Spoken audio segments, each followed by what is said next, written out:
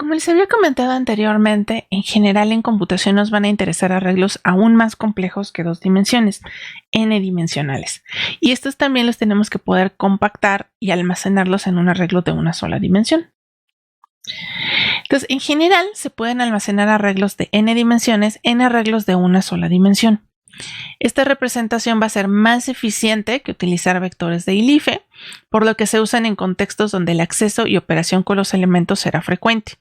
Por ejemplo, matrices con datos para cómputo científico, imágenes, capas convolucionales en redes neuronales, como ustedes verán más adelante en la carrera. La forma en la que vamos a visualizar estos arreglos es como tener una especie de matrushka de arreglos. Este sería una visión de un arreglo tridimensional, renglones, columnas, profundidad, pero a su vez podríamos pensar, por ejemplo, que cada una de estas celditas adentro se subdivide en otros arreglos y así tantas veces como nosotros queramos. Lo que nos va a caracterizar la posición de cualquiera de nuestros datos va a ser entonces una tupla con tantos índices como dimensiones tenga nuestro arreglo. Y bien, entonces esa misma fórmula que veíamos hace un momento la vamos a generalizar. En primer lugar, recordemos que lo que necesitamos para crear el arreglo de una dimensión es saber cuántas celdas vamos a tener en total. Y ese cálculo, así como antes lo que hacíamos era multiplicar el número de renglones por el número de columnas, ahora lo vamos a aplicar pero con todas las dimensiones que tengamos. Si tenemos n dimensiones, necesitamos multiplicar el número de elementos en la dimensión 0, 1, 2, etcétera, etcétera, hasta la n-1. Este es el tamaño del arreglo. La segunda parte es poder hacer lo que hacemos en Java con los vectores de ILIFE, pero ahora con un vector, con un polinomio de direccionamiento. Es decir, dados los índices en cada una de las dimensiones, poder calcular la coordenada única en el arreglo de una dimensión donde quedó almacenado ese dato. Y eso es lo que tenemos en este polinomio de acá. Recordemos la lógica que utilizamos en el caso de 2 dimensiones. Lo que se hacía era multiplicar el renglón que nos interesaba por el número de columnas que había en ese renglón. Y luego sumábamos la columna. Bueno, si empezamos a tener más dimensiones, pues la primera dimensión va a contener ahí adentro tantos elementos como haya en la siguiente dimensión, pero dentro de esa dimensión también va a estar la siguiente dimensión. Entonces vamos a tener que ir multiplicando siempre por el producto de todos los elementos que haya del lado derecho. Entonces se va a ver así.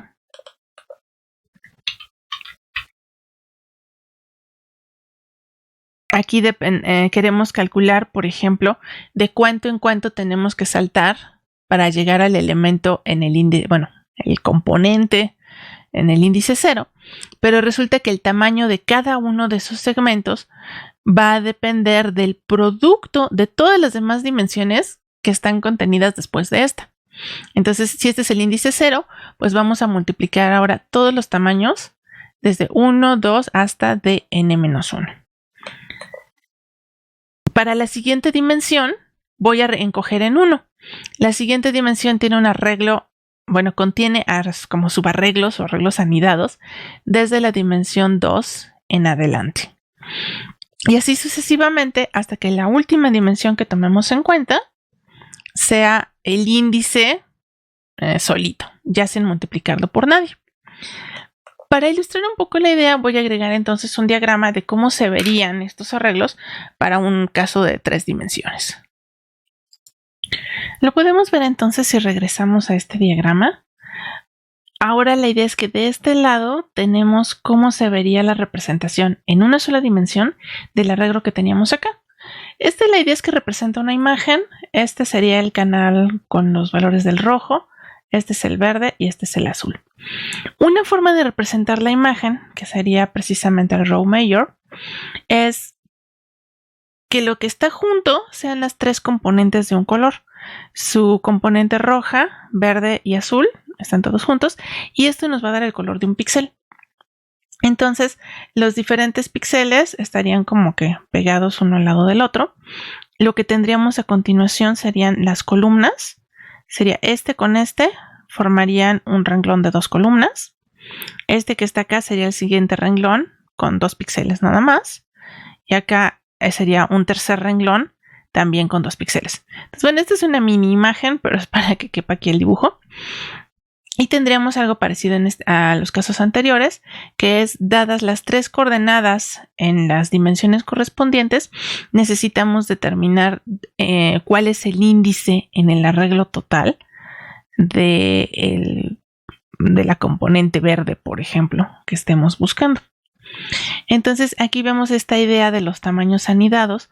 Para poder saber cómo brincar de un renglón hacia otro, pues necesito poder multiplicar por el número de columnas que tengo, que en este caso son 2, por el número de, en este caso, componentes de color que hay adentro de cada uno de los píxeles. Entonces por eso veíamos esta idea de multiplicar el primer índice por todas las dimensiones que vayan después de esta, ¿no? Entonces, en este caso, los renglones serían la dimensión 0, se multiplicaría por el tamaño 1 y por el tamaño 2.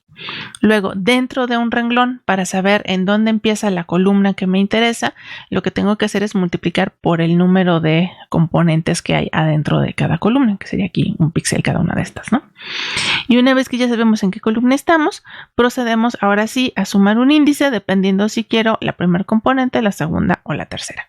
Entonces, generalizando esta idea, es como obtenemos precisamente esta fórmula de acá. Cada índice va multiplicado por los tamaños de las dimensiones que van después del mismo, y cada vez que vamos avanzando vamos como descontando una de estas dimensiones hasta que al último nos quedan nada más el índice de la última dimensión que estamos contando, que serían los valores que ya están juntos unos al lado de los otros. Y si ya tenemos esta fórmula, bueno, entonces podemos aprovechar estas notaciones como abreviadas del álgebra, donde podemos utilizar un signo de suma para indicar que estamos sumando cada una de estas componentes. Vemos aquí la suma con los índices sobre las j, donde los i representan a los índices y están corriendo desde 0 hasta n-1 y van multiplicados por un factor f, que está dado por esta fórmula de acá abajo. La f se calcula, bueno, si estamos en el último índice, que es exactamente cuando j es igual a n-1, pues nada más vamos a multiplicar por 1. Y en todos los demás casos vamos a tener aquí un producto de todas las dimensiones que tienen índice de 1 más a la dimensión que queremos hasta el final, ¿no? Que sería n-1.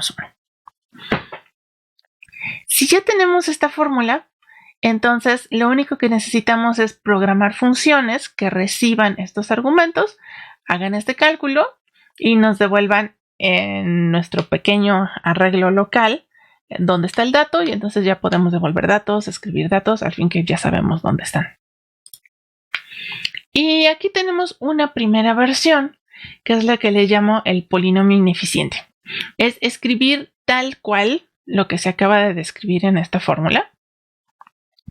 Entonces aquí ya podemos ver un poco más de detalles de cómo se implementa una clase arreglo de n dimensiones. Tenemos nuestro atributo AR, que es precisamente este arreglo de una sola dimensión donde vamos a guardar todos nuestros datos.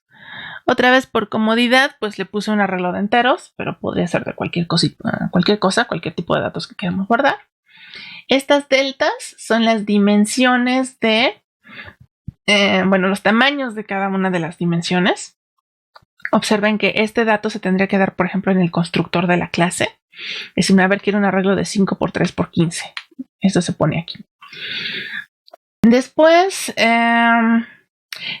por comodidad, tengo esta n, que realmente es igual a deltas.length, que sería el número de dimensiones que tiene nuestro arreglo multidimensional.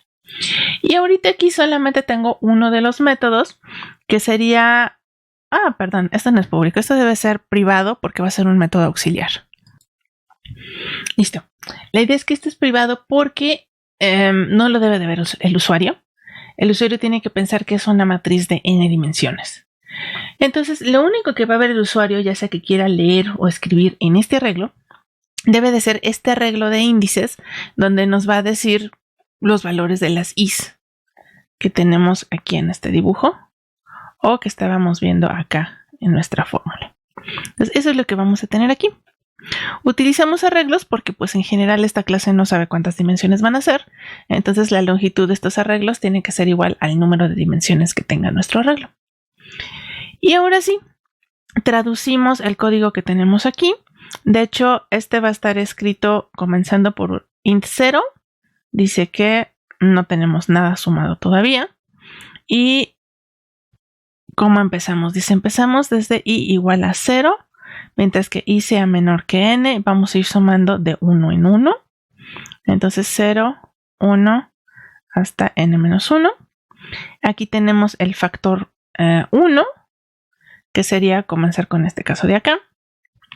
Y ahora vamos a tener un ciclo j que se va a encargar de ir calculando la multiplicación con las deltas.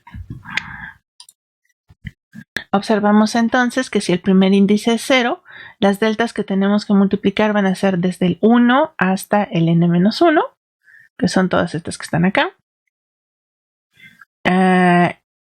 Eso se acumula en la variable f, y entonces a nuestro índice total en ese momento le vamos a sumar la f multiplicada por el índice que nos pasaron.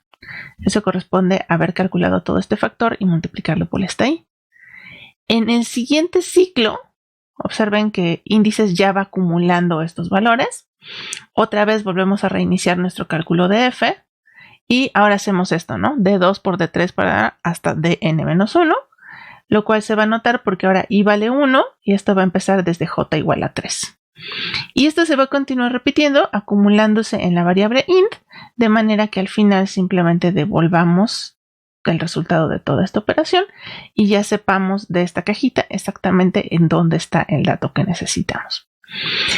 Entonces, en este código se muestra el comportamiento esencial. No están ahorita algunas precondiciones como checar que no se admitan tamaños ni índices negativos o que no vayan a estar fuera de rango. Entonces tendríamos que lanzar los respectivos index out of bounds exception, pero eso ya lo podrían poner en un código donde sea la implementación. Aquí el chiste era mostrar nada más el funcionamiento del algoritmo. Ahora, este tiene unos grandes peros.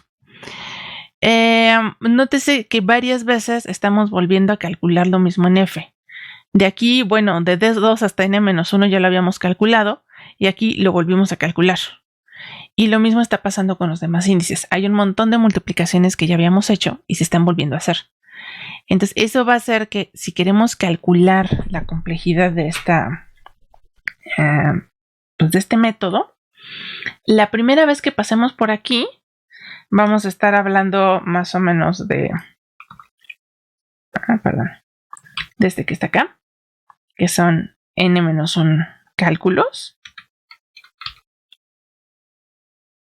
La siguiente vez, bueno, vamos a calcular uno menos porque es una dimensión menos, n-2. La siguiente, n-3, etcétera, etcétera, 2 y 1. Esto que tenemos aquí, si sumamos entonces el número de operaciones que se realizaron acá en cada paso, nos da esta fórmula, n por n más 1 sobre 2. Dicen que por ahí la demostración, la idea es sumar este con este, este con este, este con este. Y nos vamos a dar cuenta de que se mantiene una constante y todo eso es nada más dividido entre 2, ¿no? Bueno, va multiplicado por n entre 2 porque hay dos lados de cada cosa. Si vemos este resultado, entonces observamos que esto es n cuadrada más n y el término dominante es esta n cuadrada. Estamos hablando entonces de un algoritmo de complejidad o n cuadrada. Se puede hacer mejor y vamos a hacer varias cosas con esa opción mejorada. Entonces, vemos esa parte en el próximo video.